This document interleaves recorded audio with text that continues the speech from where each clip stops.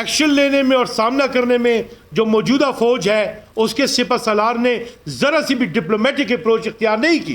पाकिस्तान को अपनी बर्री फौज से, अपनी दिफाई फौज से यही उम्मीद है कि वो क्लैरिटी के साथ जो है वो रियासती मामलात में बिल्कुल अपने आप को फ्रंट लाइन पे रखे कि दुनिया में हिंदुस्तान का वजूद पाकिस्तान से कायम है। पाकिस्तान मजीद तजुर्बात का मुताहमिल नहीं हो सकता कि डिवाइड्स की गुंजाइश नहीं है, इत्तेफाक की गुंजाइश है। Because it is not the end of story, it is the beginning of a new war. Pakistan कोई गजा की पट्टी नहीं है।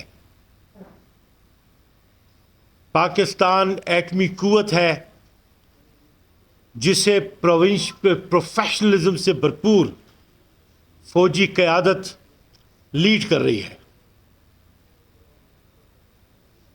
इंडिया से हम ये मारिका जीत चुके हैं और पाकिस्तान की हुकूमत ने बैनुल अक़वाम पे ये वाज़े किया था कि आप लोग गैर जानिबदाराना तहकीक करवा लीजिए, पहलगाम के इशू से हमारा कोई वास्ता लेना देना नहीं है। ये तजवीज़ उन्होंने रशिया के लिए भी दी, अमेरिका के लिए भी दी, चाइना के लिए भी दी, दुनिया भर को दी। हिंदुस्तान जो है बाज नहीं आया, इसलिए कि वो प्री कंसीव्ड नोशन पे काम कर रहा था। हिंदुस्तान बदकिस्मती से कभी भी पाकिस्तान का दोस्त नहीं बना और उसकी पॉलिसी में ये बात शामिल है कि वो कभी भी पाकिस्तान के दोस्त नहीं बनेगा। और अब जो ये मारिका हुआ है, इसके बाद आज की इस प्रेस कॉन्फ्रेंस से मैं ये वाज़ेह कर देना चाहता हूं कि ये एक तवील जंग की इब्तिदा है और बाकी तमाम करवटें जो हिंदुस्तान लेगा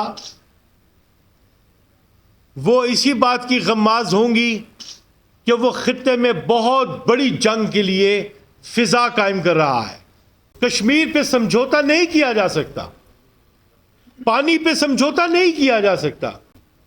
जब कश्मीर पे समझौता नहीं कर सकते, पानी पे समझौता नहीं कर सकते, तो you are 24 hours at war.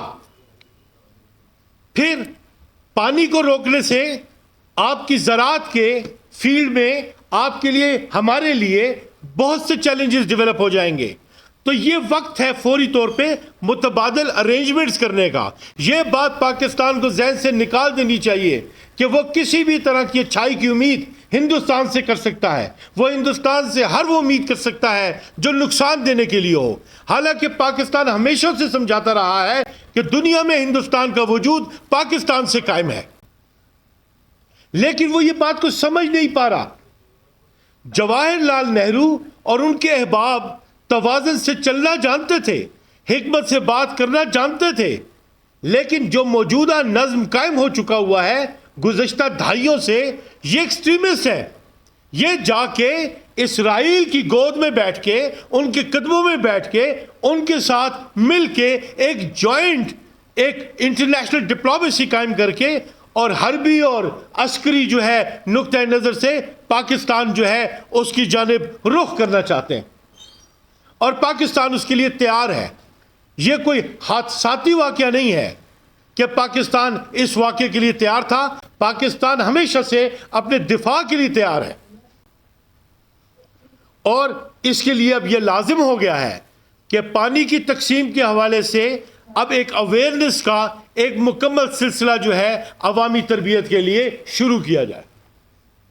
इसलिए यह इनिशिएटिव मैंने लिया है अपनी लॉ फर्म की निस्बत से और अपने सियासी साथियों की निस्बत से कि हम पाकिस्तान भर में अब इंगेजमेंट्स करेंगे ताकि ये जो ख़ास तौर पे सिंध तास मुआहदे की खिलाफ वर्जी जो है उसकी निस्बत से जो चैलेंजेस आएंगे और हमने क्या करना है और हमने बहैसियत कौम कैसे तैयार होना है, इसके लिए एक बड़ी इंगेजमेंट जो है अवेयरनेस के इनिशिएटिव्स वो हम लेना शुरू कर रहे हैं, इसलिए कि कौम को तैयार रहना पड़ेगा। अब कौम के पास आपस में लड़ने की कोई गुंजाइश नहीं है, अब कौम के पास तकसीम होने की कोई गुंजाइश नहीं है।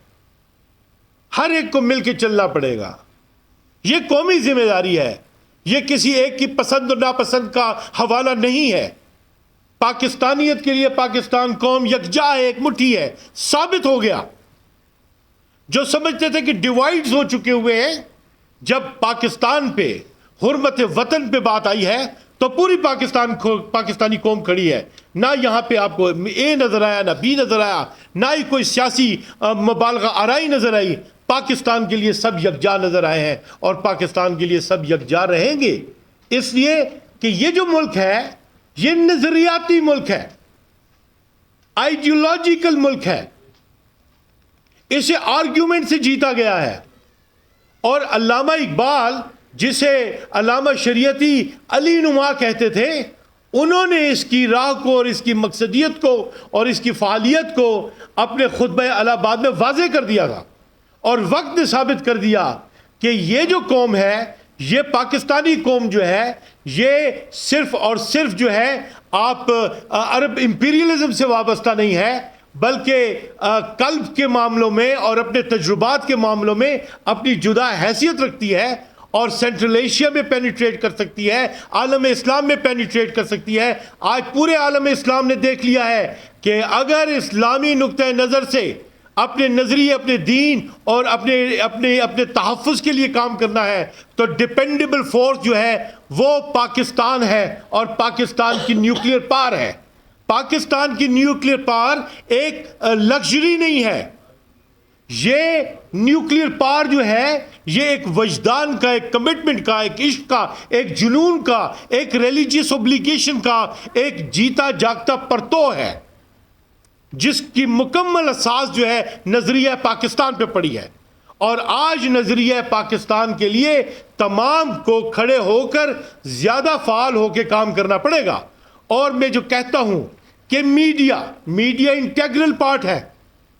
मैंने आपको कहा था कि सबसे बड़ी जिम्मेदारी आप पे आयद होगी, और आफरीन करता हूं इस बात पे कि इस आजमाइश के दौरानिए में हमारे जो मीडिया पर्सन्स हैं, हमारा जो मीडिया है, हमारा जो इलेक्ट्रॉनिक या प्रिंट मीडिया है, उसने जितनी जिम्मेदारी के साथ काम किया है, दुनिया आज उनके किरदार को अप्रिशिएट कर रही है। और वो लोग जो नेगेटिविटी की तरफ गए, उन लोगों को मार्जिनलाइज कर दिया गया है, इसलिए कि पाकिस्तानियत पे समझौता नहीं किया जा सकता। अब हिंदुस्तान जो है वो अपनी मर्जी से पानी छोड़ता था, अपनी मर्जी से पानी कंट्रोल करता था, उस पर लाजिम था कि वो बाकायदा अपना जो डाटा है वो शेयर करेगा, इसलिए कि ये जो सिंध तास का मुआहदा हुआ उसमें ये लाजिम था कि कमीशन होगा, पाकिस्तान का एक मेंबर और हिंदुस्तान का मेंबर होगा, और इससे वाबस्ता, इस मुआहदे से वाबस्ता जितने भी इशूज़ आएंगे उन्हें आपस में हल करेंगे। जहाँ तनाज़ा बढ़ेगा वहाँ पे इंटरनेशनल आर्बिट्रेशन के लिए जाएंगे।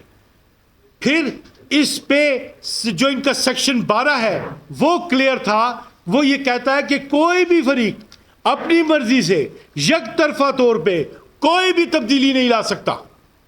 वियना कन्वेंशन अपनी जगह पे मौजूद है, जिसने एकॉर्ड जो है उसके ऊपर पूरी साबित कदमी के साथ अमल दरामद को जो है लाजिम करार दिया गया है।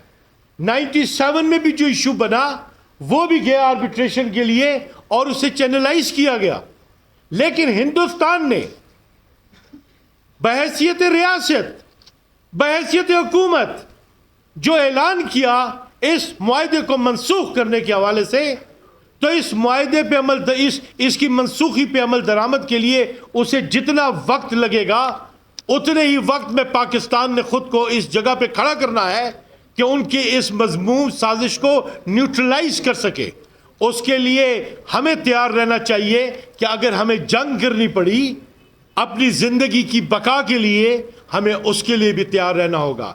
मैं समझता हूं कि पाकिस्तान की जो फौज है इसने खुद को इसी उसूल पे डेवलप किया था कि हम सीसा पिलाई हुई दीवार है कुफ्र के सामने, सीसा पिलाई हुई दीवार।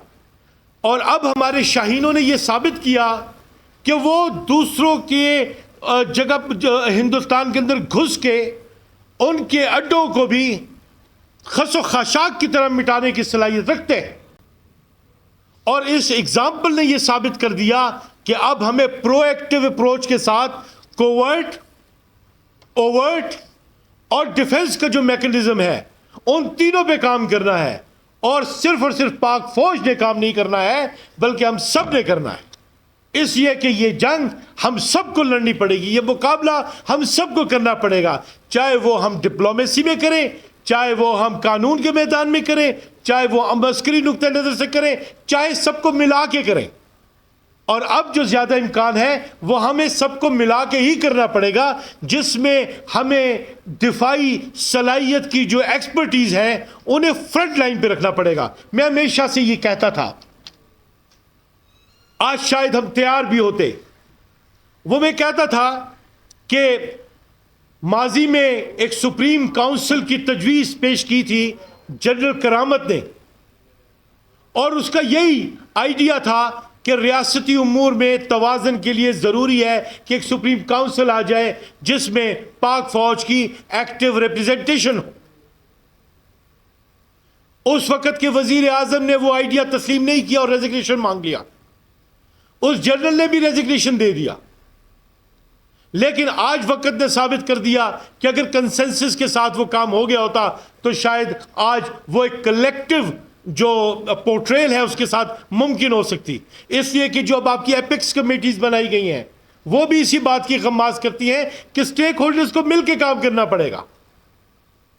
फिर खास तौर पे फौजी दुनिया में जहांगीर करामत के बाद जो हमारे जनरल आए थे, खास तौर पे राहिल शरीफ के बाद कियानी साहब, उन्होंने जो फौज के डायनामिक्स को रेगुलेट किया था वो भी आज वक्त बताता है कि उसकी हमागिरियत ने पाकिस्तान के अंदर दिफाई मामले में ज़्यादा उठान जो है पैदा की है।